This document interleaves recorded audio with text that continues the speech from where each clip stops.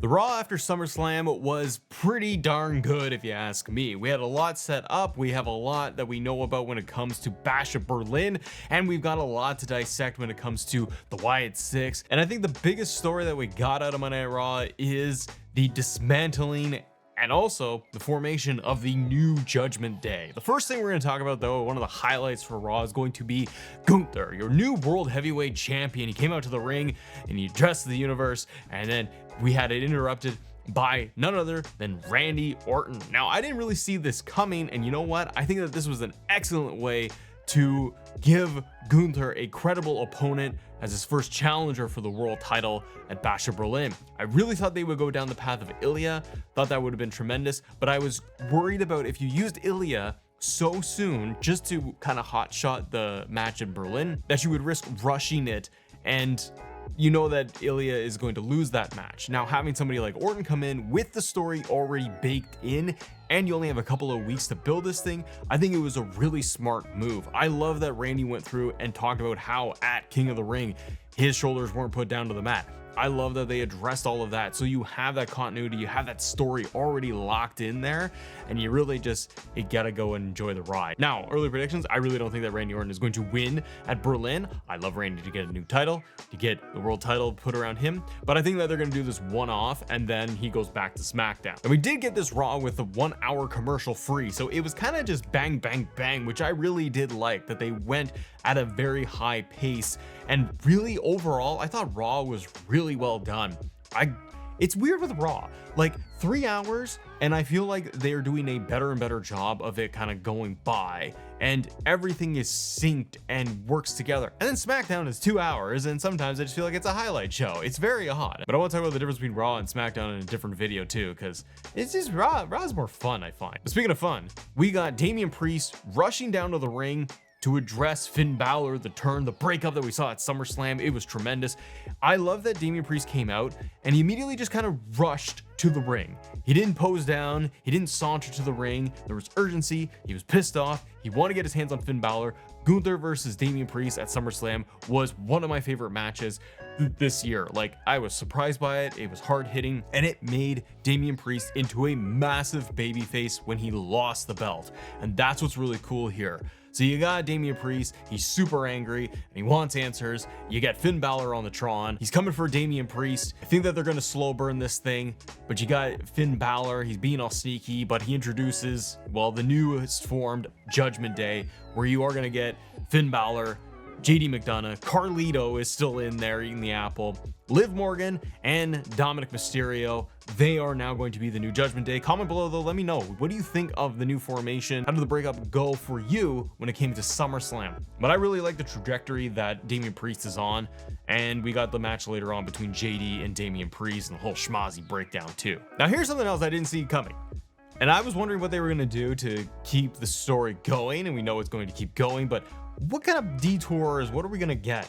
I'm talking about CM Punk, Seth Rollins, Drew McIntyre. You had Punk come out, was very excited. He wanted to address everybody, talking about how, he lost, and that's kind of okay. The story is not over. They're going to keep going. You got Drew interrupting, you got Seth interrupting, and you know that eventually we are going to get this triple threat match. We're also going to get like a rematch of Punk and Drew, get a match between Seth and Punk.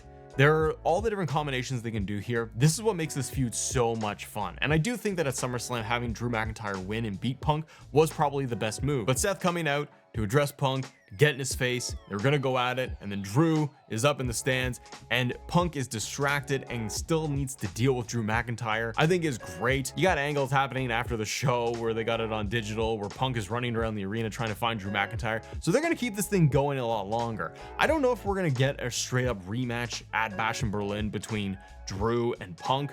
I don't know if they want to do it that soon. I think they need to change up the cards a lot too, because with Triple H, they love to do the smaller shows, right? We're not going to get 8-9 matches on a card where they would hotshot this thing once again.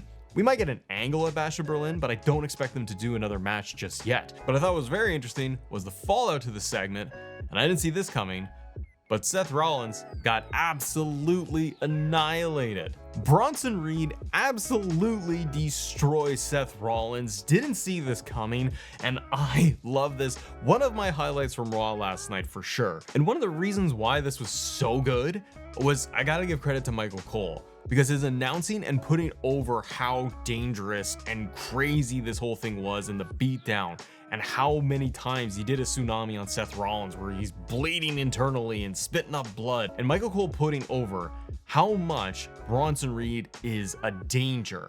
They elevated him in my eyes. This was the problem with Bronson Reed for me for a while now, is that he's that low level heel. Like he's gonna be the henchman, he's gonna be one level to beat, and then you move on from Bronson Reed and you move up the ladder. Like he's not that dominant, and he should be. And they've tried different things with him and it hasn't clicked just yet.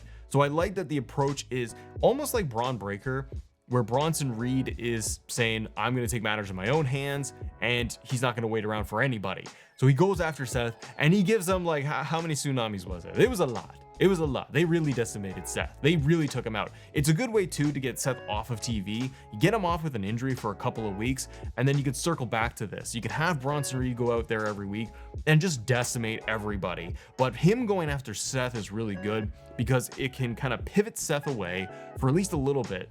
Punk and Drew can still keep going with their thing. Seth can eventually have the match maybe in Bash of Berlin against Bronson Reed when he recovers. You get Seth off TV for a little bit, he gets a break, comes back, and you have the two of them going at it for maybe even a couple of months. But I love this feud. This is really good. Seth can bounce around and do a lot of stuff, and you have a giant dominant heel in Bronson Reed, and you're heating them up. Raw needs heels. All of the roster, you need lots of heels to be able to feed with all of these guys. Because a guy like Seth, he's gonna mix it up with Punk and Drew once again. We're gonna get that match, but you gotta save it, and they gotta work it a lot longer for us to be able to get to eventually what I think is going to be either a triple threat at Mania, or it's gonna be the one-on-one between Seth and Punk.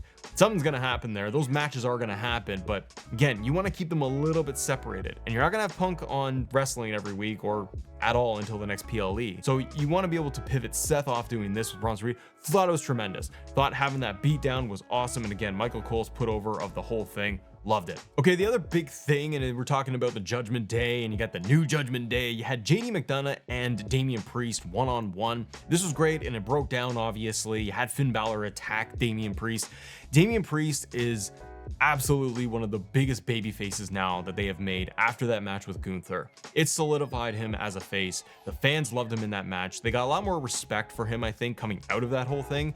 And the fact that Judgment Day turned on him, I think it just added more layers to Priest. It gets the odds stacked against him, which is what his character really needs. You also got Rhea Ripley coming out and getting involved and trying to get after Liv Morgan.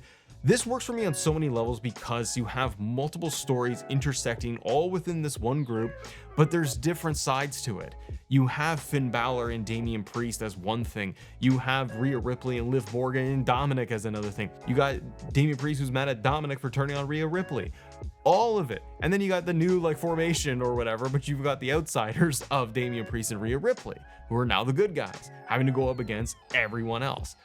This is great because there's so much they can do with it every week, and you can kind of see that they're going to put some barriers, I think, in front of Damian Priest, where it's going to be JD McDonough, then it'll be Carlito, then maybe he'll get his hands on Dom, and eventually leading to the match with Finn Balor. But you're going to have a lot of this big story going on. Maybe they will finally give us a mixed tag match, which would be great, but look at the road that you can get with Judgment Day now.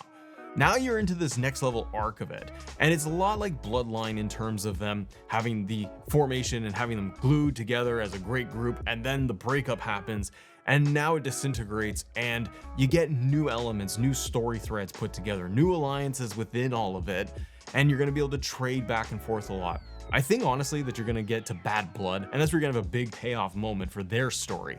I don't think it will culminate there. I think it goes all the way to Mania, but because we're only months away from WrestleMania now, you got through SummerSlam, you can extend this thing for so long, and the combinations of everyone for Judgment Day.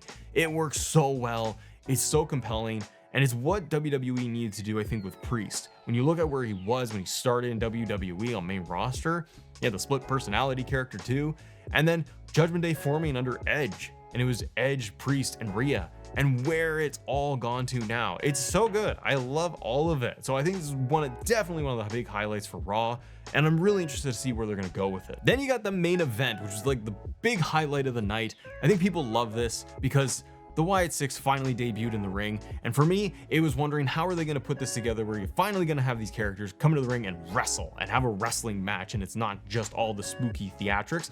this works so well. So you have the Wyatt 6 members coming in there doing a 6-man tag. They decimated American Made.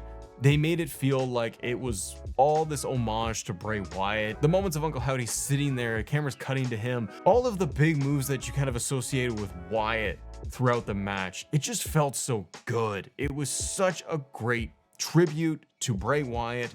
I thought they all look great. That look that Dexter Lumis has right now, that to me is top notch. That stands out huge. I love what they are doing with this, and I want to see what they're going to do in terms of developing the characters and who else they're going to go after. Are we going to get more of this stuff with Chad Gable, or is this kind of the end of this part of the story where they took out Chad Gable? He's done. He can go off and do something else. But when it comes to the Wyatts, who will they target next? Because it's always about like the family and all of that, but they went over huge. They came off as baby faces, but I think they are just going to target different people and they could play them as faces or heels. But they did a great job of getting all of them in the ring and showing us that, okay, it doesn't just have to be spooky vignettes and all this other stuff outside. They can try to ground it more. They are real characters within here. They're not just playing as like their counterparts or as like Huskus the Pig or anything. They're playing them as their wrestling characters. They're acknowledging who they are. Like they acknowledge that there's Dexter Lumis in there. So they have all of that backstory. There's so much they can tell with this, and I'm really interested to see where they go with the Wyatt 6. Definitely one of the highlights. Other question marks that I had when it came to Raw though, and one of the big standouts before we wrap up here is going to be Sami Zayn. What are we doing with Sami at this point? And Sami lost to Braun Breaker in like 5.5 minutes at SummerSlam, which was wild. And you got Braun Breaker, new Intercontinental Champion, which is great. I like that Braun is going to be the IC champion. But what do they do with Sami? Is it a redemption arc? Is he going to just go and team up with Jey Uso? And are they going to go and switch over and focus them on tag team stuff and get into Bloodline and that whole story now that Roman Reigns has come back? What were the highlights and lowlights for you for Monday Night Raw? Let me know in the comments below, guys. Subscribe to the channel, and if you want to talk more WWE, click this video right here. Have a great day. See ya.